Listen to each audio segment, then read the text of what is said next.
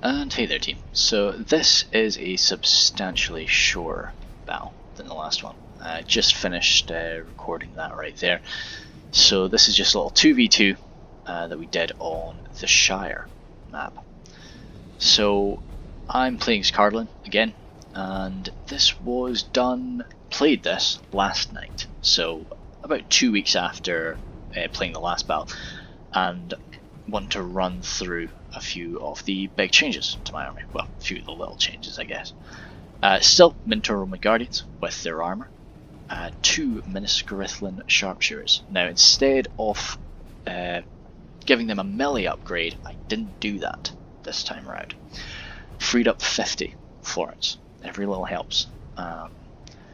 Backed up by these 2 Spearmen. Nowadays, I put my Spearmen in loose formation, and as I say, I give a bit more of a space in between my main line and this, what I'm going to call my skirmish line, just so that, say, long-reaching archers can't get them. I'm going to try in my next battle chaining out one of the sharpshooters for Miniscarithlin archers, and see if that gives me any more flexibility. It'll also free up a bit of cash too, so I can maybe dish out some upgrades, or I can go for a more skilled unit somewhere. Backline still the same. Well, main line still the same. Wardens on the left flank should be in the center. I'll try to remember that next fight, you know. But no changes to them, all with a melee upgrade. Behind them, donating captains, now with armor. So increases their survivability a fair bit, and it makes them look a bit cooler to me anyway. Then behind them, 2 swordsmen again, both with melee upgrades. Standard for me, Tharbad Warhammers this time though. I've given them a melee upgrade to bump them up from I think 20 attack to 21.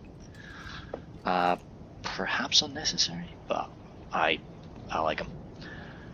Now, instead of the Royal Court of House Thorondor, I have taken 2 units of mercenary cavalry, which you can take for each unit of mercenary cavalry is 600, and I think the Royal Court is 1,200.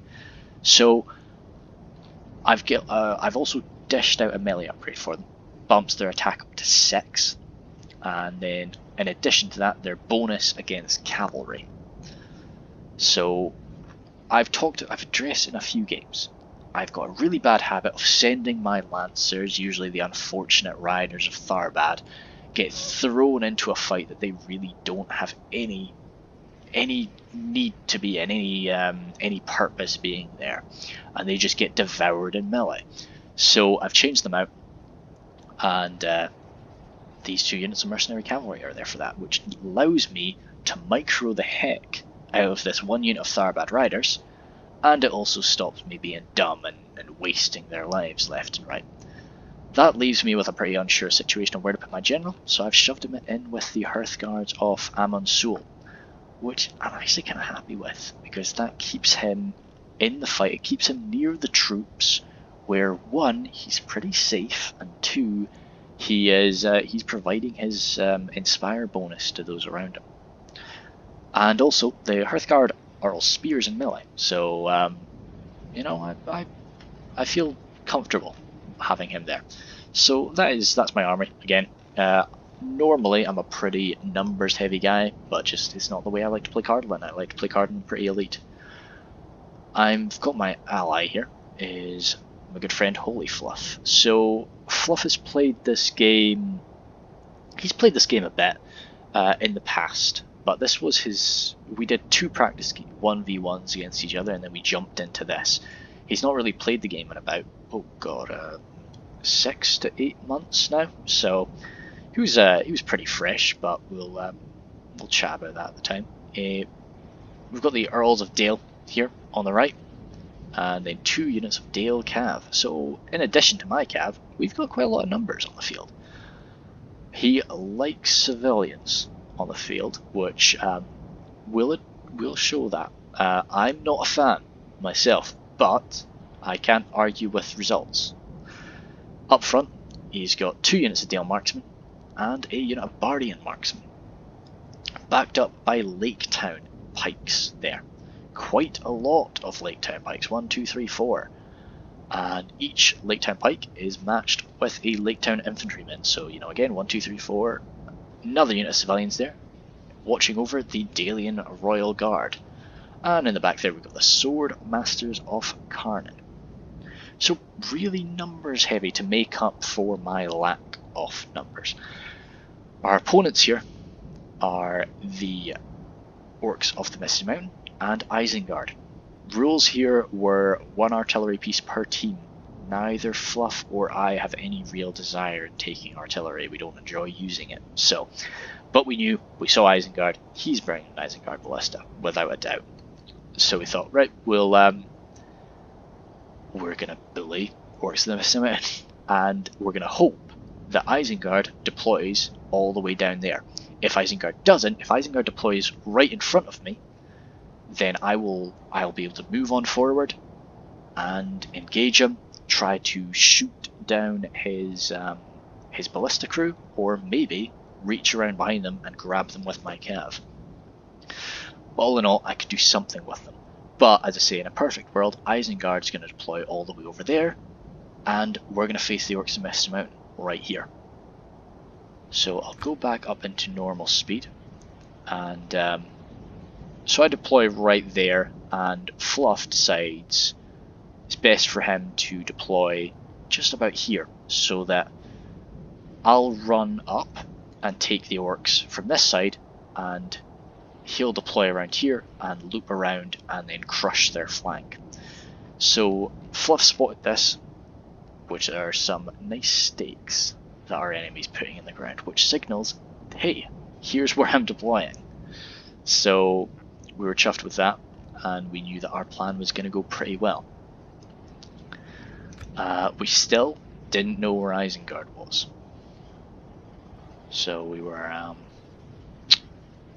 we'll just go a bit faster and let everybody finish their deployment. It doesn't take too long. Let's say a pretty short battle, only 14,000 frames. I think we've got about 2,000 frames of deployment on top of that, so it's really is quite quick. Okay, 2,000. Don't think it's much more than 2,000 frames of deployment. Oh no, yeah. So Fluff finishes, and then we're waiting on them for a few seconds more.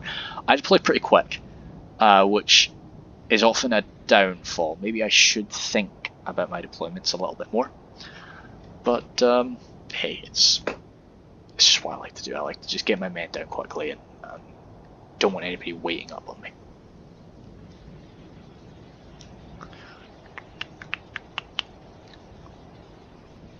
Nope. Okay, good. So we look over, we see this, and we are overjoyed by what we see. The Orcs of the Misty Mountain have deployed in the centre here, and Isengard is all the way over there. Now, what we should have noticed, we should have seen these stakes. Now, I should have seen these stakes. And that would have confirmed that our plan had worked. This is a beautiful position. Imagine if I had deployed right there and coming along there, just having this perfect slope to fire down with your ballista would be lovely.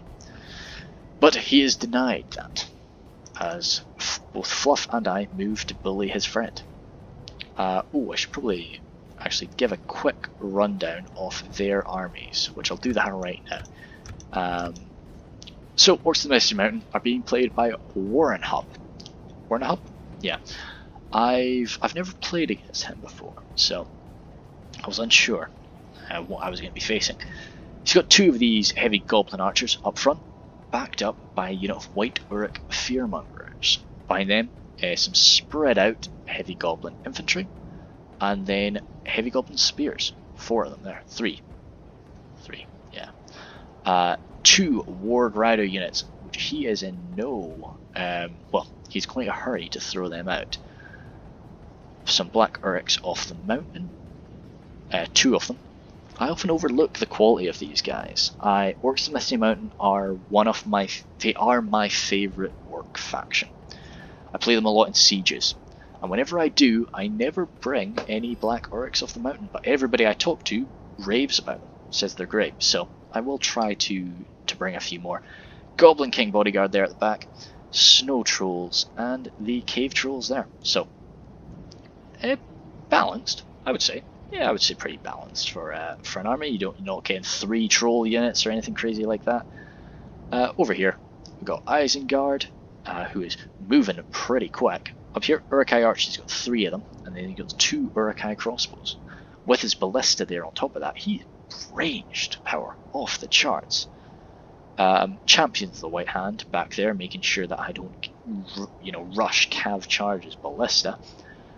But then most of his infantry, Uruk-hai infantry there, 1, 2, 3, and 4, with a unit of berserkers there. There are no armor upgrades for the Uruk-hai infantry or the berserkers dotted around that force. In front of them, we got these reavers to chew through my armor. 1, 2, 3, 4. 4 again. Cool. He likes 4s. I like it. And then Uruk-hai raiders were mixed in with these archers as well. So that's 1, 2, 3, 4. So even though he does have a massive range focus, he's got numbers. He's got numbers, and he's got good numbers too. Uruk-hai are not certainly not bad soldiers. So we were kind of worried to see that. And but in my mind, I thought, oh, he's all the way over there. We've got ages for him to cross the field. These warg riders rush out. I've already sent out one of my mercenary cavalry before realizing that's not enough. So I start rushing my other mercenary cavalry, and I bring my Tharbad riders over here too. So I see this force, and I thrust my mercenary cavalry out. Just trying to lock that unit in place. The next ones go for my... I don't actually know what their target was. I think it was just the sharpshooters in general. But something I think benefits me a little bit here is these men look very similar. Both the spearmen and the sharpshooters are both wearing very similar uniforms. So unless you're actually looking at the unit type or you're zoomed in, you might miss something. So these civilians launched themselves into combat bravely with the wargs, and with a cavalry charge from my friend there, we win that pretty comfortably. Well, I say pretty comfortably, I'm down to 27 mercenary cav. Here, there's still 44 wargs, but since he hit my infantry, killed quite a few really. But, he's being chased out, and I'm hoping to rout them, but they're not seeming to want to rout. So after I finished that, I was feeling great, and I was ready to keep my charge going. But then I looked left, and Björgensteft, friend, he had marched all the way across this battlefield exceptionally quickly. I was pretty surprised to see him there. So if I don't do it right now, I start hurling my cavalry at him. But one thing he's not got, which is very common for Isengard, is a nice Isengard pike line. And in addition to that, he doesn't have anything like the Dunlending clansmen. I always like to create sub-factions when I play as various factions, and when I play as Isengard, I like to just see how much of my army I can actually build up with humans. Just to have the sub-faction of Dunlending clansmen, I suppose, which is a lot of fun sometimes, not super effective. So I come in here with a charge. Those reavers will mess me up if I give them any opportunity, but with me being able to micromanage this cav a lot more than usual, I'm rushing them out. There's a lot of them getting minced, but I felt okay with the trade. It wasn't too bad. Even though they're coming out of there shaking, they're going to be okay. I bring my Merc cav down. I've not actually started moving yet. I needed to do this faster.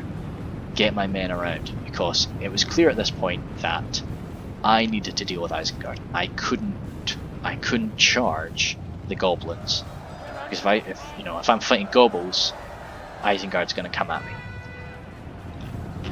You're not really wanting the mercenary cav for the charge bonus, but we take these guys down from 53 to 140.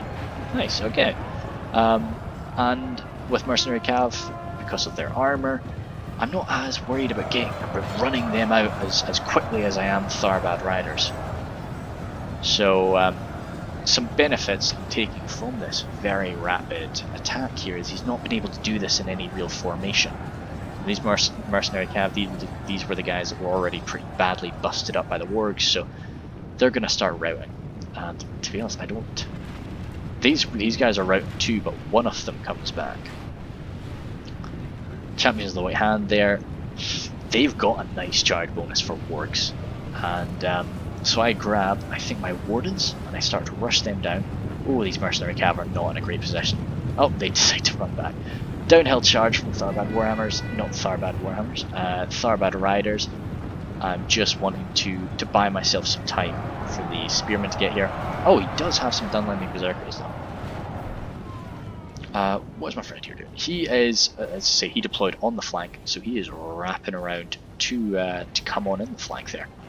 What was left of the wargs seemed to have a go at a few of his archers, but pikes came in to deal with them, so that was pretty good. He gets his archers separated out, and with Dale, it's tough to beat Dale in archery if you're not an elf, so especially tough if you're a gobble. So he's gonna suffer pretty badly. These Earls of Dale, Fluff said it at the time, he just accidentally moved them into that situation. For all of the crap tier units that Orcs of this amount have, the Heavy Goblin Spears are not one of them. They are pretty damn exceptional for the most part. So even though it's generally a case of I'm fighting Isengard and Fluff is fighting Orcs of the Misty Mountains, we are assisting each other. As you can see, he's coming down with these Lake Town Lake Down River Patrol. Now, oh, it would be great to hit those Berserkers, but I think they're on all fire. Yeah, ah, dang. A few of them are getting shot, but imagine if that had gone into these Berserkers. That would have been beautiful. As for the rest of the fight, got these Spearmen stuck in. Not a fight I want them to stay in for long, but they're in for now.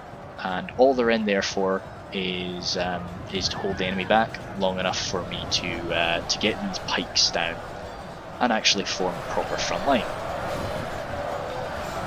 Wardens are sitting there taking archery fire. They've got some armour, but they've not got a shield. It's not something I want them doing for long. All of my sharpshooters are firing, which, as Cardinal, if you can just empty your ammunition reserve throughout a fight, you know you've done a pretty decent job. So Heavy Goblin Spears fighting up against Lake Town Infantry, they're gonna win. Yeah, I think he just kind of wanted to hold this unit in place so that he could get his pikes around and oh yes, oh dear. I think those Dalian Cav unfortunately jump into a few pikes at some point. A few stakes, I mean. But it happens a lot more often than anybody would really like. Who am I shooting at? Am I really picking my targets? I think. Oh yes, Champions of the White Hand. That's a great target for my Guardians. I think. Just really wanted to break that force. Now these infantry have pushed on through, and they're starting to face down my position there. But I bring up my spears. I'm no longer really worried about Cav. I've taken out their 2 units of wargs, and I was doing massive amounts of damage to these Champions of the White Hand. So, and now here's a problem for him. I think he was charging for my Cav, and they just accidentally, they got nicked as they were travelling by, and that works out great for me. The enemy general lies dead. As you can see, my pikes make very light work off his champions there. Got my Tharbad Warhammers just jumping on into the fight there. Ooh, okay, yeah, so the goblins make a rush for my sharpshooters. My sharpshooters would win that fight, but the whole time that my sharpshooters are fighting, they're not shooting, which is what I want them to be doing. So I get my last unit of Greenwatch Garrets and Footmen to come on in. I liked what I did in this fight with, I didn't just... Usually I've got a really bad habit of just, when I engage in melee, I put everything in. I don't keep anything in reserve. I did it much better this time round with just little by little. Take a unit, where is it needed? Move it to that. And don't just throw something in until it's actually needed. Which I really think that helped me in this fight. Tharbad Riders just hurling themselves at these Urkai infantry. Urkai infantry are damn good, but they're not gonna withstand charges. Now it was at this point that I realised in order to try and reinforce his ally, he's had to just leave behind his ballista. So I see that and I think, okay, great, deal with that, sort it out, because that's something that could still end this. 4 ballista shots on target, right into, say, here. That's that position broken, possibly. But what he does have, which is a very real threat, are his archers and his crossbows. My exceptional armour in this position is going to have a lot of arrows bouncing off me, but when those archers get set up, crossbows get set up, that's going to hurt. The fearmongers, they're taking a lot of fire from both me and Dale, because we don't want to fight them melee. I'm surprised that their defeat is certain. I think Fluff just definitely didn't want to fight them with that, so he moved on out. Probably wanted to flank around the back there. But what is hurting them so badly? Might have been the Dalian Royal Guard. Fluff probably should have moved up his archers a bit. Oh, I see. Yeah, it's these snow trolls. Yeah, so Fluff had to deal with both the units of trolls. I luckily didn't have to touch any of them. Oh, very human enchantment from these cave trolls. But yeah, so trolls are still in pretty good nick for the most part.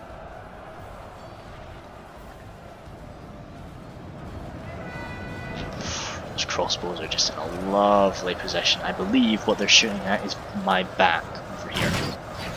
Yeah, that was a very good use of that ammunition, and it's not fun. People are dropping like flies. Only half the enemy force remains. But the good thing is this position is almost sorted out. And a big mistake from me. I sent my Tharbad Riders to go and deal with this Eisenhower Ballista, and I left behind my mercenary cav. Now what I should have done instead is I should have sent the mercenary cav to go do this and just cut these Eisenhower Ballista men down, because then I could have kept micromanaging. You know, like 21, they could easily have done that. I could have kept micromanaging my Tharbad Riders. Just imagine one good charge in the back of that. That's so much damage done to a unit of crossbows. Gobos are a lot of downsides to goblins, but they've got the numbers. So even when I am in a situation like this with my garrison footmen just stabbing away, they can stab away for a long time. Cool. So I will now move on back to 1 speed. We moved through that last 3,000 frames at a snail's pace just because there was so much going on. Got some cav through here, so as I say, we've got total cav superiority at this point, which is great for us. So we can just run around, hurt these archers. It's a tough situation in there with those trolls still being free, but if we can just keep the trolls running around, then that's good for us. He's going to take a few losses here. The issue is he can't really run backward, so he's either got to like push on through, or just fight. But with that cav bonus from the trolls, these Earls are not going to last long. Those fearmongers are doing really well, and I think I'm moving my sharpshooters in order to get a shot on them. We've lost half of our men. So that was me reaching my half of my men. So that's not good. I think, as you can see here, a lot of these units, 50, a lot of my cav is gone too. So it's not poor quality. It's not poor quality half of my army that I've lost here. Looking at the percentages though, we've lost 48% of ours for 58% of theirs.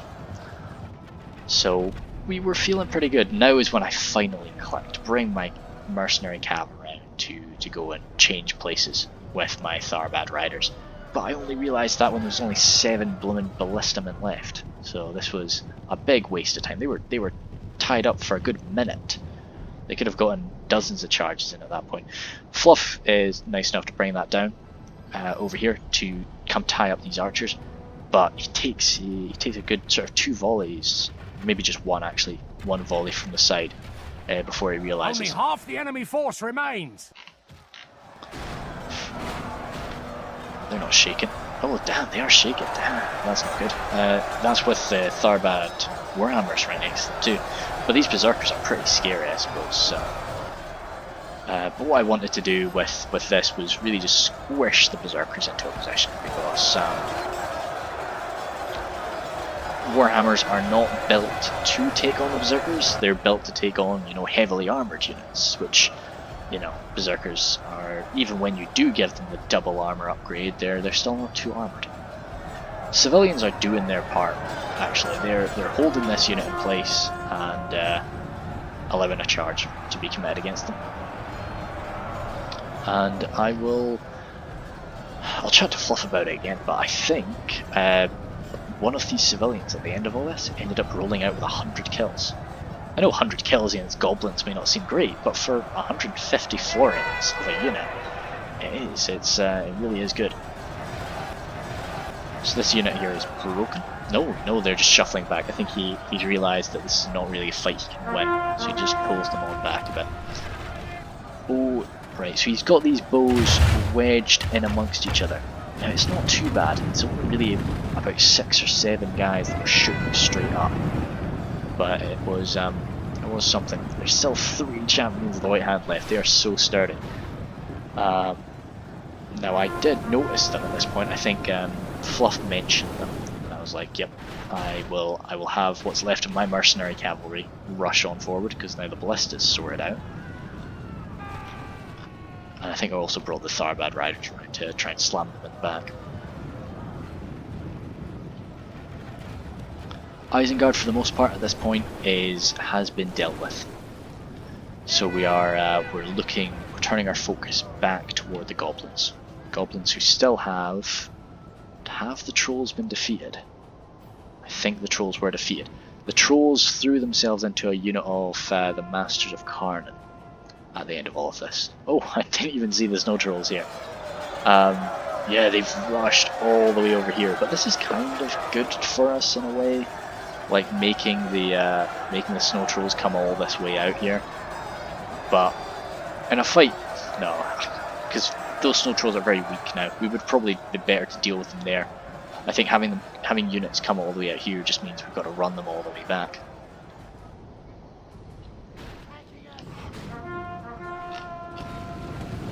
Black Orcs maybe should have been thrown in a little bit earlier. You know, I think there were times when my whole force was tied up there, I think had these Black Orcs been thrown in to assist a fight, I could have turned the tables a bit. But yeah, as I say, I'm not inside people's heads. I don't know why they make the decisions they do. My entire army, well, not a lot of my army at this point is exhausted. Got to run up this little slope here. I like the Shire. This is the type of map I enjoy. My last match that I just recorded was on the grassy plains, and I've got some issues with grassy plains. I just, you know, I don't like maps where, you know, there's some massive feature that screws everything up, but maps like this where it's slow rolling hills, it's good, I find. And you know, you can make use of little inclines without them being the be all and end all. Now this was maybe a bit silly of me. This was something I just didn't notice. Yeah, these Tharbad Warhammers were chasing down some infantry. Just I didn't have them on guard mode, so they've just gotten stuck in with these Black Orcs of the mountain, and they'll slow them down. Looks like they've stopped them there, and it's enough time for them to receive another good volley. And what's left is still just charging after those guys. I think those guys are in skirmish mode though, so if nothing else... Oh, no, they seem to be running away from Fluff's forces. I was going to give myself credit for a second.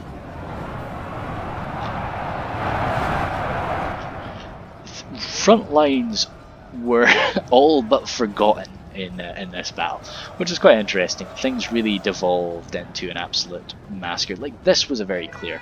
This is one of my favourite things about Medieval 2, just looking at the very defined lines of corpses and just seeing where battles happen. Like, this was where much of my fighting was done.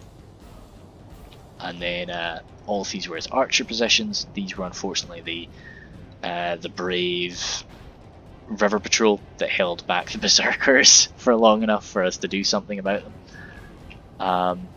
Looks like I accidentally charged something out there. If we continue like this, we will smash the enemy. But no, like usually in a battle you've got you've got these and it's over a much longer area, whereas this is piles of corpses just dotted around everywhere. The enemy general was crazy. his men. So that was yeah, as I say, it was clear we were gonna win. I still think he could have, like, these were good units, you know. So 40 bodyguard, 100 black orcs of the mountain. They could have killed a lot more of our guys, I feel. But could they have won? Probably not. So it's well, yeah, but it's fair enough.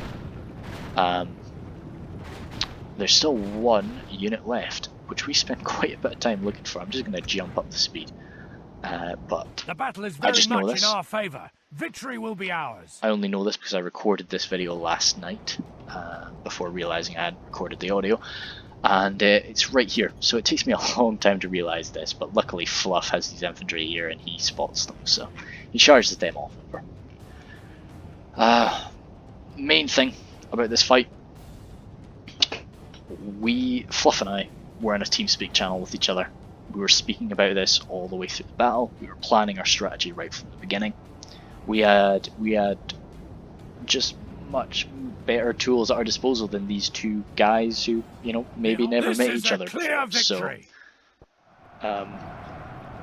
it's not too surprising, really, and that's something to definitely keep in mind. But in addition to that, as I say, I love the orcs in the Misty Mountain, but I can't play them in a siege.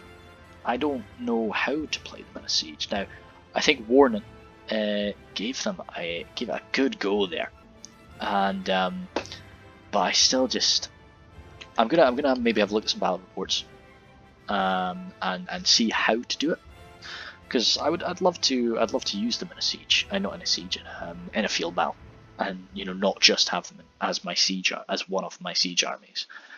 But yeah, a lot of kills, but as I say, we were killing gobos.